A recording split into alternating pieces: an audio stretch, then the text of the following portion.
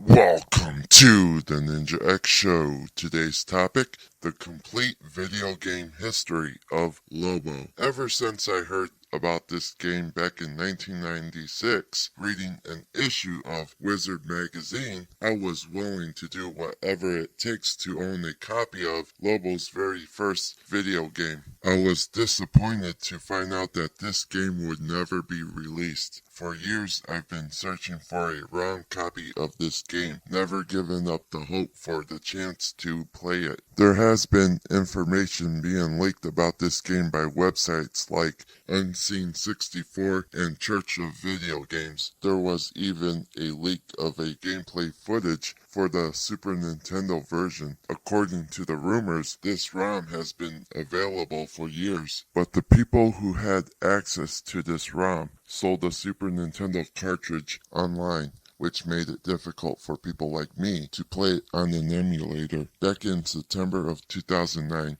a ROM image of the Sega Genesis version was found by the Sega Saturnal community. They released the ROM to a website called Hidden Palace. In October of 2014, the ROM image of the Super Nintendo version was found by Pico Interactive. They went on to sell reproduction cartridges of Lobo online.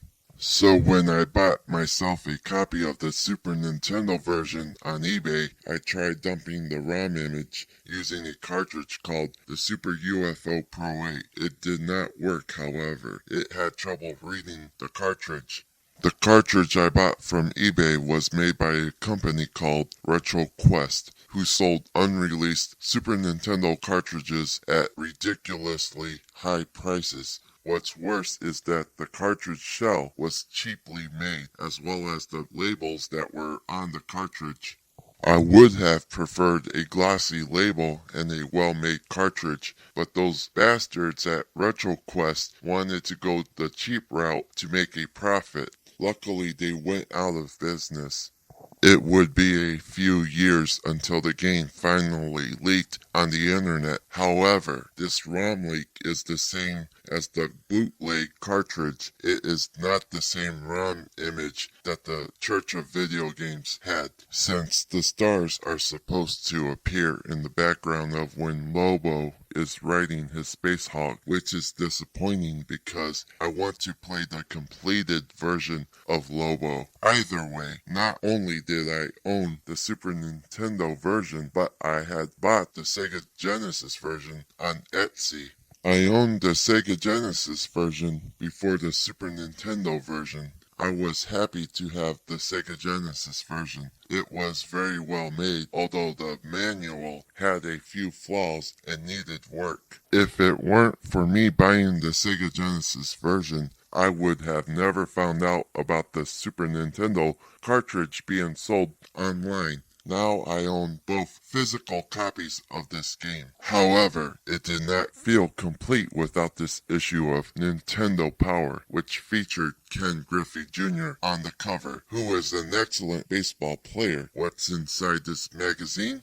A strategy guide that covers the move list for Lobo, which is pretty awesome, especially since it was a guide to an unreleased game. There were other magazines covering Lobo, such as EGM and GamePro. It just felt more official with Nintendo Power. This game was created and published by Ocean Software. They had plans to release this game on the Nintendo 64. Unfortunately, there is no ROM of this version of the game available. I don't think it was completed anyways, so we'll never know how that game turned out like. Hell, I'd be surprised if there were even a Sega Saturn or PlayStation version of this game. Years later, Kemco was set to work on a Lobo video game back in 2003, which would have been released on Xbox and PlayStation 2. Unfortunately, this game never got released either. By the time Injustice Gods Among Us came out in 2013, Lobo was featured as a DLC. He's also featured in the Ultimate Edition version of this game. He appears in DC Legends, a mobile game that allows you to play as any DC character. It's similar to Marvel's Avengers Alliance. So now you know the complete video game history of Lobo. I am proud to own both versions of Lobo for the Sega Genesis and Super Nintendo. I'm also glad I got Injustice Gods Among Us for my Xbox 360. Of course, no Lobo video game collection is complete without this issue of Nintendo Power, but you do have the option of buying the EGM or GamePro issues that cover Lobo. However, you can't go wrong with this issue featuring a great baseball legend.